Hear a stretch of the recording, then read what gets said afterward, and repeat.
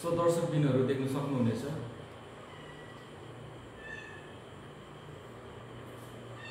हेरिहाल्नुहोस् मजाले र भनि पनि हाल्नुहोस् यो के हो भनेर। र साथैमा कतिजनालाई चाहिँ थाहा पनि छैन होला यो वस्तु के हो भनेर।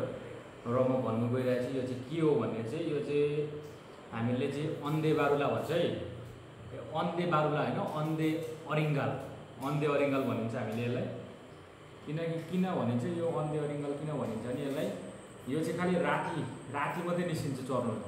अरूले दिउँसो काम गर्छ तर यसले चाहिँ राति काम गर्छ। अरू दिउँसो सुत्छ, यो राति उठेर यसले राति चाहिँ आँखा देख्छ। यो अन्धे बारुला, त्यसको लागि यसलाई अन्धे बारुला भनिन्छ।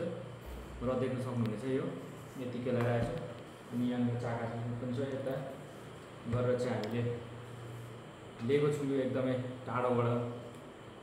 र कतिजनाले खानु पनि भएको छैन होला र खानु भएको छ कि छैन यो पनि कमेन्टमा कमेन्ट गरिदिनु होला। यस्तो गरेर यसरी भएको छ। खानु भएको छैन भने पनि हेरेर मजा लिनुहोस् होला। अब अरू त भन्न सकिँदैन केही पनि। र कतिजनालाई थाहा छैन उहाँहरूले कमेन्ट गरिदिनु होला। जसलाई थाहा छ उहाँहरूले पनि कमेन्ट गरिदिनु होला। Tata bye bye.